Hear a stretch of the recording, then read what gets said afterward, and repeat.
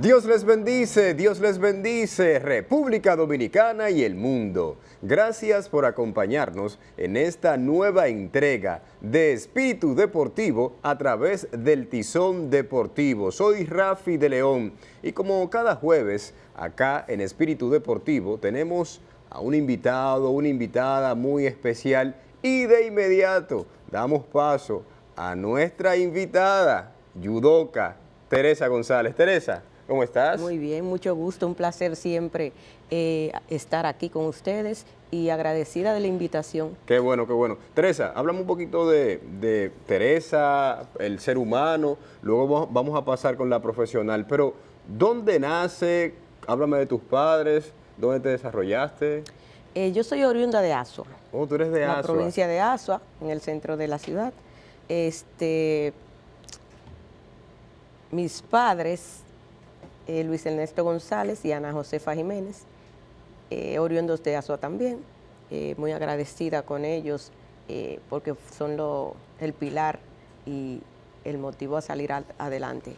Qué bueno. Tú sabes que cuando te hice mención de Azua, lo que pasa es que tú sabes que Sandy Alcántara, as de la rotación de los Marlins de Miami, es nativo de Azua, él es azuano, ganador del premio Cy Young de la Liga Nacional de 2022. Pero, ¿cómo fuiste desarrollando esas actitudes y aptitudes por el judo? Porque sabemos bien de que te has desarrollado de manera profesional en el ambiente del judo. Sí. Mi papá siempre me introdujo a lo que eran los eventos culturales, ya sea en el Batón Ballet, que él fue director del Batón Ballet, y yo participé mucho en las actividades culturales de mi provincia, en carnaval, el Batón Ballet, cursos de manualidades.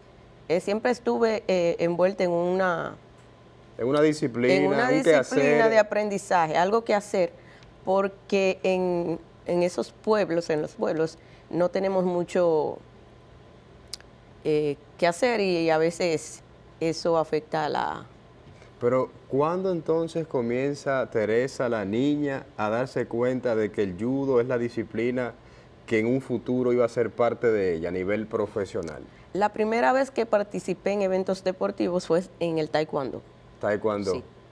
En el colegio participé en eventos de fútbol, béisbol, pero por mi estatura no... ¿Cuánto tú mides? 4'8". 4'8", sí. 4'8". Entonces, ¿tenías ciertas dificultades para insertarte en esa disciplina deportiva? En el fútbol no fui tan mala, fui delantera en el colegio. ¿De verdad lo dices? Sí. Porque hay algunos que dicen, yo fui bueno, pero es la realidad. Fui delantera del equipo del colegio. Tú sabes que buscamos información por ahí luego. Sí, claro. No hay problema con eso, no hay temor. No hay problema con eso. Okay. Y también incursioné en el atletismo. Al principio sí fui buena, pero ya cuando mi cuerpo cambió, cuando fui creciendo, la velocidad bajó y tuve que buscar otra alternativa deportiva. ¿Cuáles fueron los mayores retos que tuviste que enfrentar cuando te ibas desarrollando en el deporte?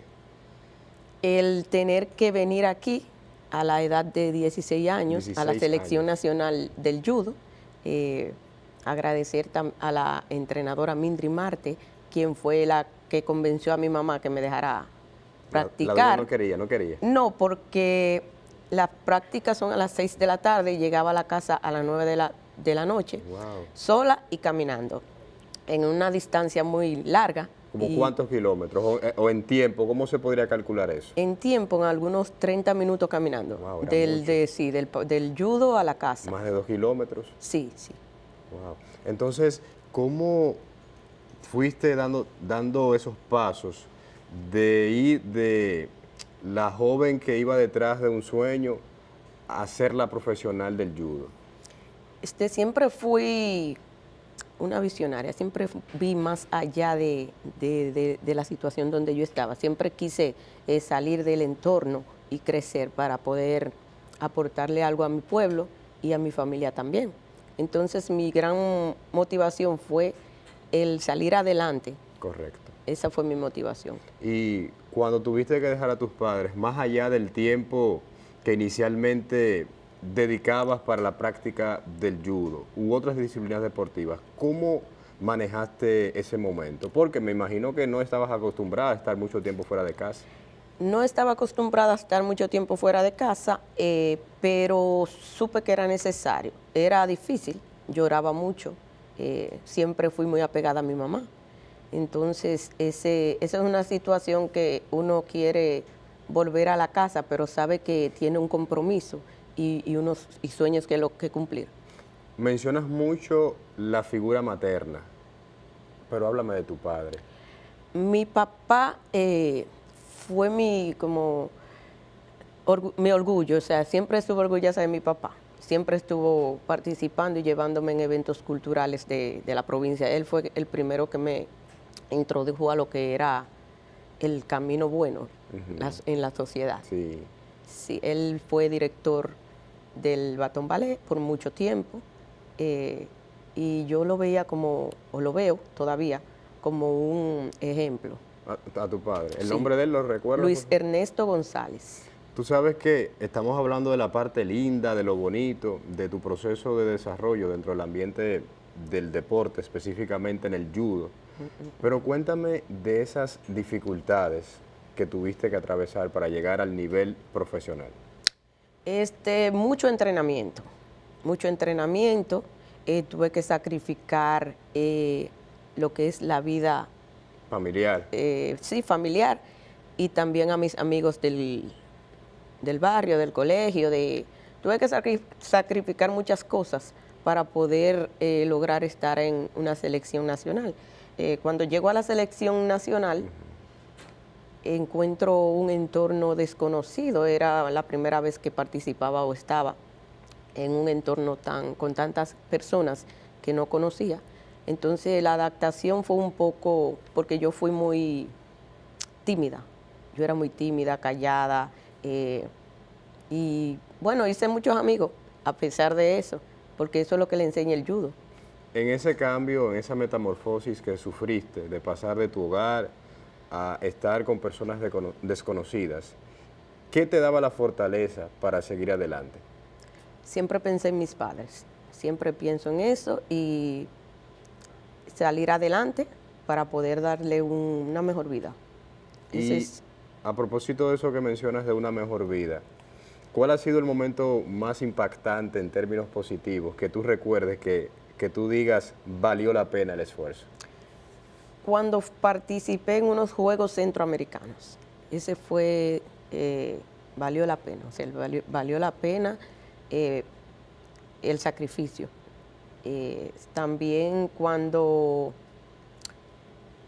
me hice entrenadora paralímpico. Paralímpico. Ese tema lo vamos a tratar sí, también. Me hice entrenadora paralímpico y dije, todo lo que hice valió la pena. O sea, yo luché por algo, no necesariamente tener una medalla olímpica, pero sí estoy logrando cosas increíbles.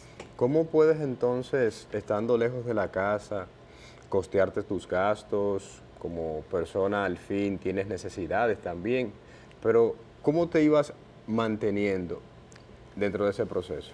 Al principio estuve en el Centro Olímpico, en el PARNI. Es como un aporte que le da el Estado a los atletas destacados, que lo ayudan en el principio. Es como un símil, tú me corriges, como de Creso, Creando Sueños Olímpicos, más o menos esa dinámica. Más o menos parecido, pero es como un aporte. Okay. Es lo mismo, es lo mismo. Al final viene siendo lo mismo, simplemente que tiene un nombre diferente. Ah, bueno, también hay que precisar que ya en el caso de Creso es como más del sector privado. El Creso es un aporte que hacen... Creando Sueños Olímpicos. Sí. Que hacen esas instituciones para aportar y ayudar a los atletas de alto rendimiento a eventos internacionales, llevándolos a la clasificación de unos Juegos Olímpicos. Ese es el lema del Creso. Correcto. Crear sueños olímpicos. Entonces me decías de que en el proceso de estando lejos de la casa, el tema de la alimentación, ¿cómo manejabas todos esos elementos? Es difícil porque en casa uno come lo que uno quiere. Entonces tenemos una alimentación, desayuno, comida y cena, que no tiene nada que ver con lo que nosotros ya teníamos en la casa. Quizás lo teníamos todos los días, quizás en la casa un día no teníamos, pero es una alimentación muy buena. Acorde al atleta, hay una disciplina como tal. Sí, hay una disciplina también en cuanto a la alimentación, porque también tenemos que bajar de peso.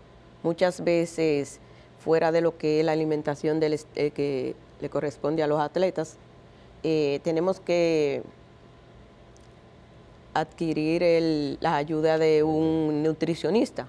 Correcto. Y cambiar el sistema de alimentación completamente. A propósito de eso que acabas de mencionar, yo quiero que me describa, Teresa González, la profesional del judo, cómo es un día en la vida de una judoka. Y en tu caso particular, ¿cómo es? Bueno, mis días fueron levantarme a las 5 de la mañana. Wow.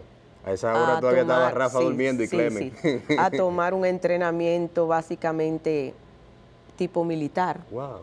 Sí, porque son entrenamientos Yo he visto demasiado unas fuertes. imágenes ahí que te he visto vestida de militar. ¿Tú perteneces a alguna institución castrense? Sí, soy parte del ejército. Ay, ey, soy parte del alineado. Ejército Nacional. Atención, hermano Fido. Sí, recientemente participamos en los Juegos Militares y muy agradecida de la institución.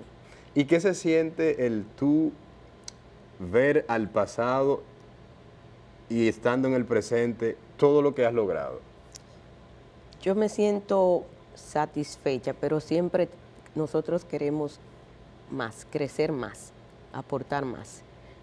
Yo miro hacia atrás y veo que valió la pena el esfuerzo, el sacrificio que se hizo para poder lograr estar donde estoy ahora. Pero mira, Teresa, no quiero que tú me saques de esa pregunta que te realicé de cómo es un día en la vida de Teresa. Me mencionabas de que te levantabas a las 5 de la mañana para entrenar, pero cuéntame un poco más, por favor. Bueno, nos levantamos a las 5 de la mañana.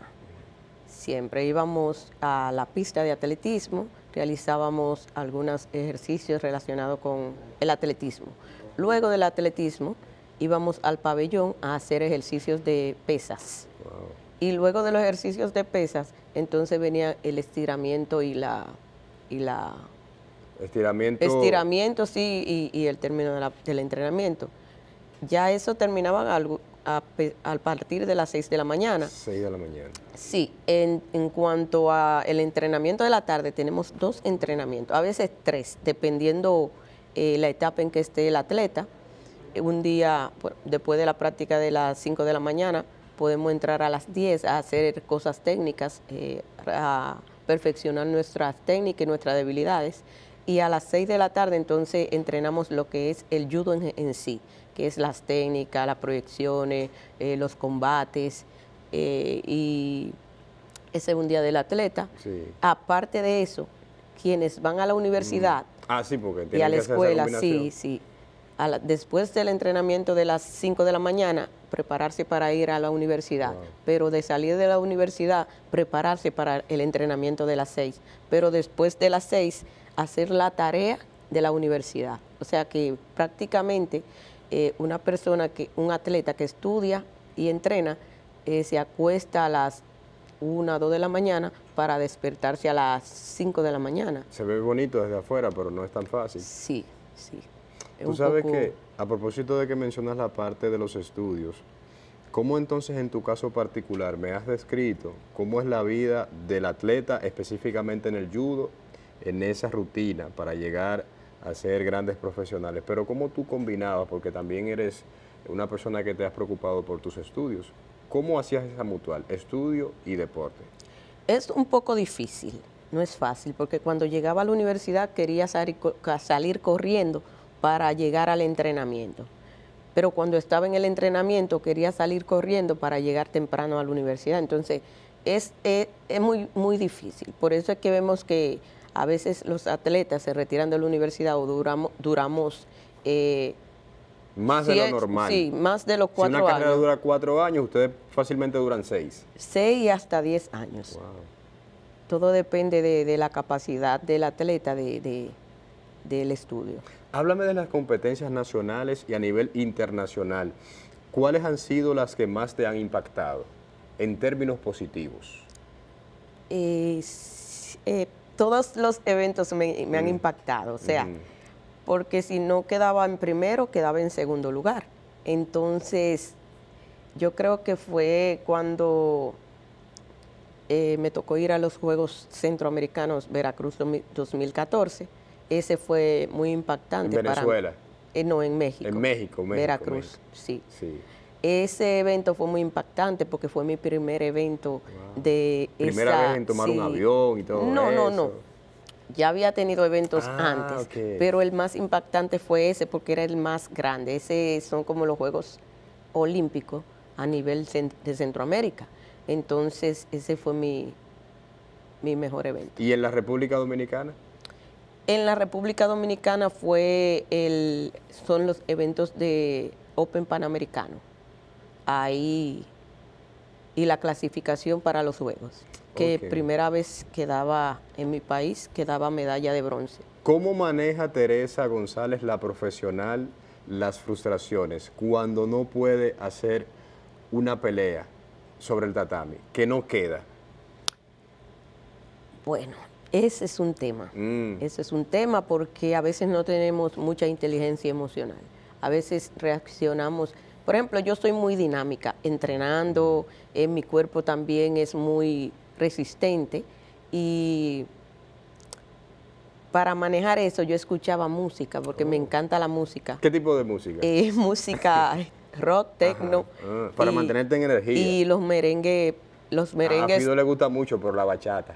No, yo bajo de peso, en realidad me pongo los plásticos para bajar de peso, pero con música dominicana, merengue clásico, de esos personajes artísticos. De esos grandes merengueros. Sí, tomo una hora prácticamente bailando merengue con los plásticos para no hacer el ejercicio físico que es muy agresivo. Muchas veces hago eso. Ok, entonces me dices que tienes inteligencia emocional, eres una persona muy dinámica, pero entonces, ¿cómo tú le transfieres eso, ya cambiando de la parte del atleta a la docente? ¿Cómo transfieres esa emotividad, esa inteligencia emocional a esas personas que estás entrenando y no a cualquier tipo de atletas?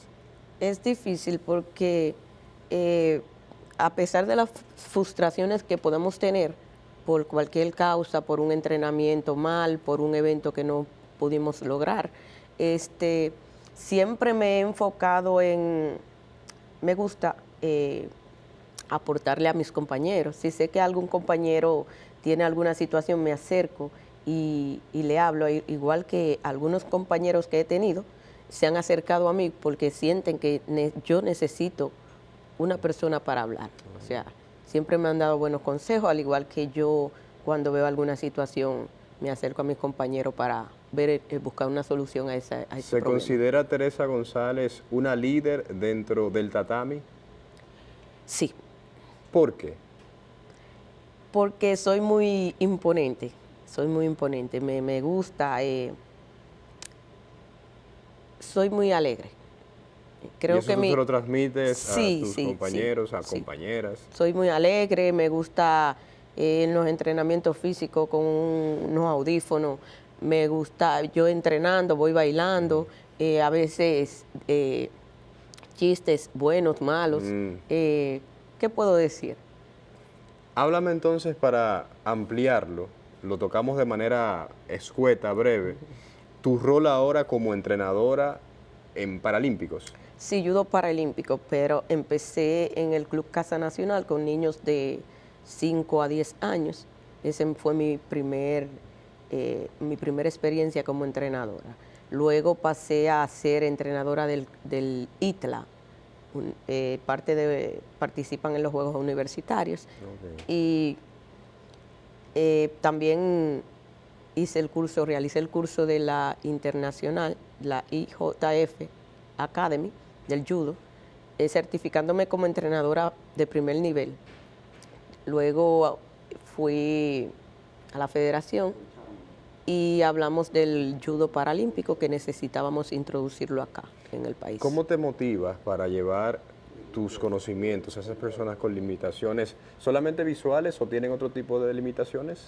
Por el momento nada más participan en eventos internacionales las personas con discapacidad visual, pero en el judo hay síndrome de Down, personas con inteligencia, o sea, Otro tipo de sí, otros tipos de condiciones. habilidades diferentes. Sí, también se le suele habilidades llamar. diferentes. También tenemos, trabajamos con niños con autismo. Todo depende de la capacidad o del niño, porque los niños autistas tienen un norte. Si no le gusta el deporte, no se puede introducir a ese deporte. ¿Cómo entonces tú logras congeniar con ese tipo de situaciones? ¿Y cómo entonces tú afrontas esas caritas sonrientes cuando ves, oye, me han dado su aprobación de que le gusta el deporte? Sí, sí. Para mí es un orgullo, porque yo crecí con un hermano con discapacidad. ¿Qué tipo de discapacidad? Discapacidad motora. Él no camina, le dio el polio cuando pequeño, y desde un año, 2 años, yo vengo ayudando. Con él, colaborando. Sí, yo era prácticamente quien lo cuidaba en ese De ahí tiempo. entonces surge ese amor hacia esos niños que tienen habilidades diferentes. Sí, aparte de eso, que mis padres me criaron bien, o sea, me aportaron buenos valores. Creo que también eso es parte de lo que ahora yo estoy realizando. A propósito de que estamos hablando de que eres docente, de que eres una persona que estás compartiendo tus conocimientos en el área del judo, específicamente con personas con limitaciones visuales, ¿cómo te preparas para transmitir los conocimientos de manera tal que ellos los reciban de la mejor forma posible? Con las personas con discapacidad visual, tenemos que adaptarnos a ellos. No ellos a no nosotros. ellos a nosotros. Entonces, cuando se le va a enseñar alguna técnica, tenemos que enseñarle con los nombres del cuerpo, o sea, los nombres de las partes del cuerpo humano. Un ejemplo. Un ejemplo es que si van a hacer una caída, se ponen de frente, le decimos de frente, manos arriba, siéntense, y luego se caen. Cuando sientan que su espalda está pegada al tatami, hacen el corte, que es lo que va a impedir que se den en un golpe duro.